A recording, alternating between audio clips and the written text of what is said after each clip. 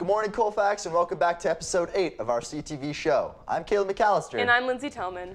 On the show today, we hear the crack of the bat from our very own baseball team, and our entertainment team brings you a sports announcing-inspired skit.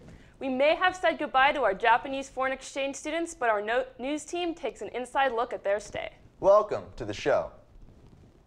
Colfax, and welcome to CTV.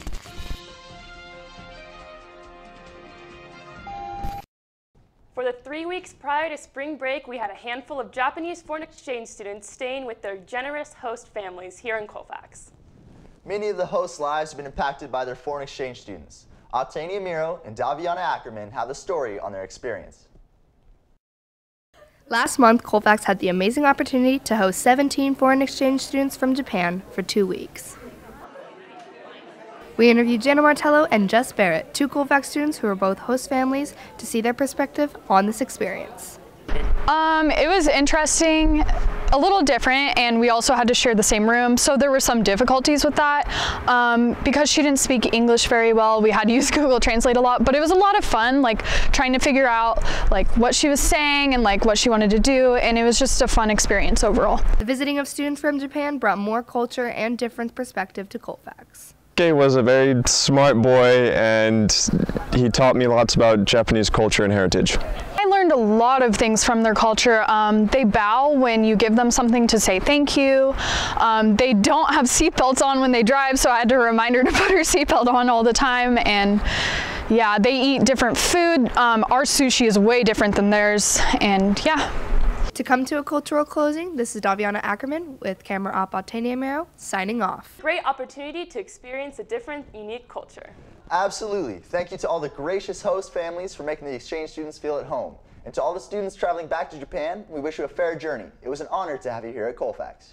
Next week is SBAC testing for our juniors, and all of the other classes have a special schedule. SBAC testing is used to evaluate strengths and weaknesses in order to target learning. Not to mention the results are used for college math and English placement.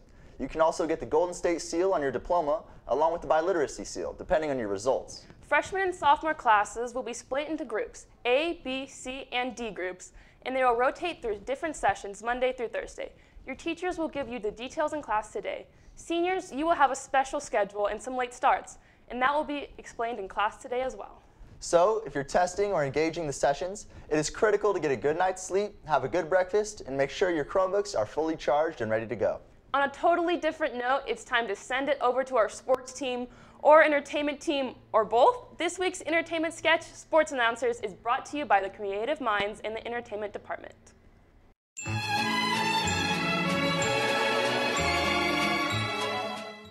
Gentlemen, start your engine. Well, there you have it, Dale. We're about to get underway in the Daytona Speedway. Boogie, boogity, let's go racing. Yeah, it's burning rubber time, boys. And we're 1 lap deep in. Everyone's lost interest. That's right, Dale. We'll see viewers back here in 199 laps with 100 more commercial breaks before you're interested again.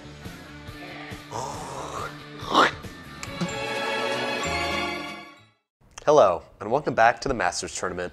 I'm Charles Ladley, here to make your watching experience as pleasant as possible. Yes, and I'm Scott Woodworth. Now it looks here like our next golfer is about to tee off. Naturally, Charles. He's lining up for his practice swing now. It looks like he's finally ready to... Oh, never mind. He's now measuring wind speed and angle of trajectory. Yes, and now he's proceeding to test the soil for pH levels now. I'm not sure why that's really relevant, but... Well, he's now entering his backswing. Hit the ball. And now he's completely restarting his routine.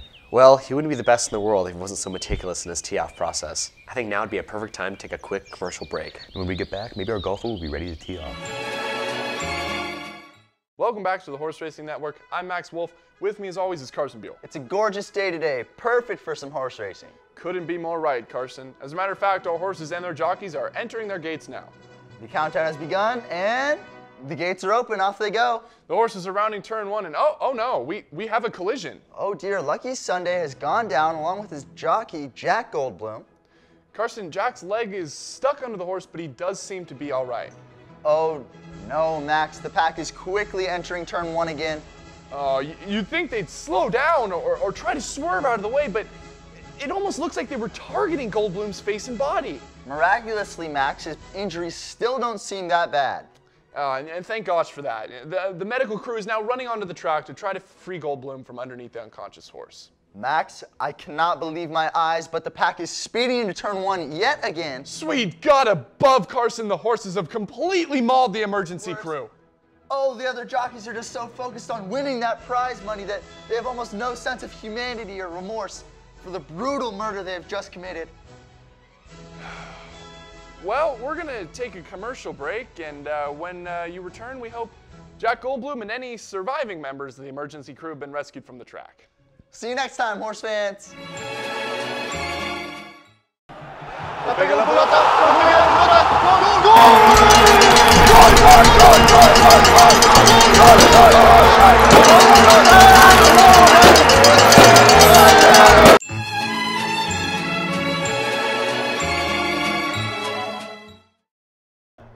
Thank you to our entire entertainment team for always making us laugh. Now over to the real professionals, John and Sarah, for our Team of the Week and Sports Show. We are back to bring you all things Colfax Athletics after what felt like a long time of not covering sports. I'm John McCann here with my co-host, as always, Sara Detwiler. It's good to be back, John. Well, the weather is finally starting to feel like spring, and that only means one thing. We are now getting to the mainstream of spring sports season. To kick things off, our varsity baseball team has been showing off their impressive talent all over the diamond, including multiple wins and home runs. Without further ado, here is your Team of the Week, Varsity Baseball.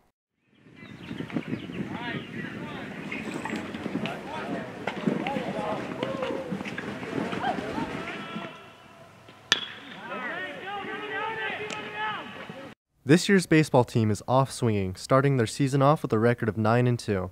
They are trying to make another playoff run, coming off of last year's success and making it to the semifinals. The team is led by coaches Dick Adams and Chris Nave, and the Falcons are looking to make key improvements from last year. Here's Dakota Redfern on what they've been working on. This year we've just kind of focused on the small things. We started our season a little bit earlier. We had a whole summer program, a whole fall program, and we've just been able to fine-tune skills that we didn't necessarily have last year. In the PVL, I think we have a good shot at the PVL this year. There's not one team in the PVL that really stands above us, and as long as we play good, clean baseball throughout the season, we have a good shot. Yeah. It's always nice to beat rivals, and our boys team has done so twice this week, destroying Placer 10-2 and handing Bear River an L in a 6-5 victory. Stats-wise, this year, Jason Harris, Alex Weir, and Dakota Redfern have all hit home runs so far. Michael Walther threw a perfect game for 6 innings. As a team, they brought home the first place trophy in the Hidden Valley Classic in Oregon and finished second place in a tournament in Reno. Even though they have already achieved all that, there are still some goals they want to achieve. Some of the team goals this season, obviously making playoffs, going far in that, pretty good.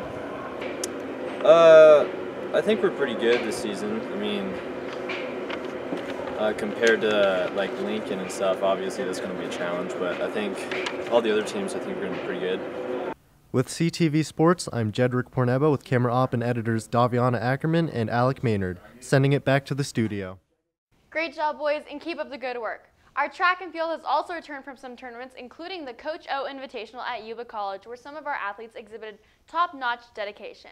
For the boys, Jace Hasper won the 110-meter hurdles with a time of 16.56 seconds, and Ryan Hyman took second place in the 300-meter hurdles with a time of 44.68 seconds. Preston Sladek and Max Harden soared to great heights in the pole vault as well, both clearing 10 feet and in the end 5th and 6th place. And as for our girls, Grace Bliss took first place in the 100 hurdles with a time of 17.29, and Sierra Hagan grabbed second in the 800-meter run with a time of 2 minutes and 43 seconds. In field events, Taylor Power took second place in the shot put with a distance of 7.6, and JC Dean finished in 4th place in the long jump with a leap of 15 feet and 5 inches. Our tennis team is also showing some promising results after coming back from 2 first prize winners in the Riverbank tournament from our very own Sara Detwiler and her partner Aiden Gilfillan in the 1s bracket, and duos Sevilla North and Blake Havens in the 2s.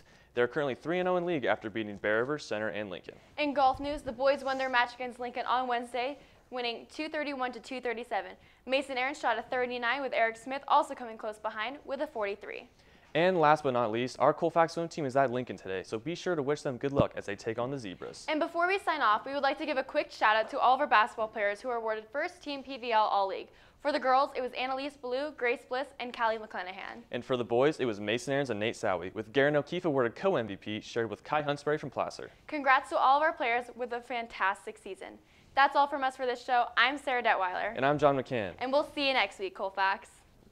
Thanks for always keeping us up to date on all things sports, John and Sara. Speaking of sports, on April 24th, Colfax Baseball takes on center, and it is the Dog Days of Baseball event.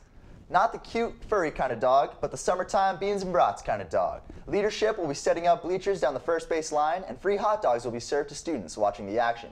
Be sure to wear your Colfax gear and pack the student bleachers. Best of luck to our baseball boys in their games leading up to this event, and we wish you continued success. Join us next week as we continue to inform, entertain, and celebrate. I'm Lindsey Tellman. And I'm Kaleb McCalister. We'll see you next time, Colfax.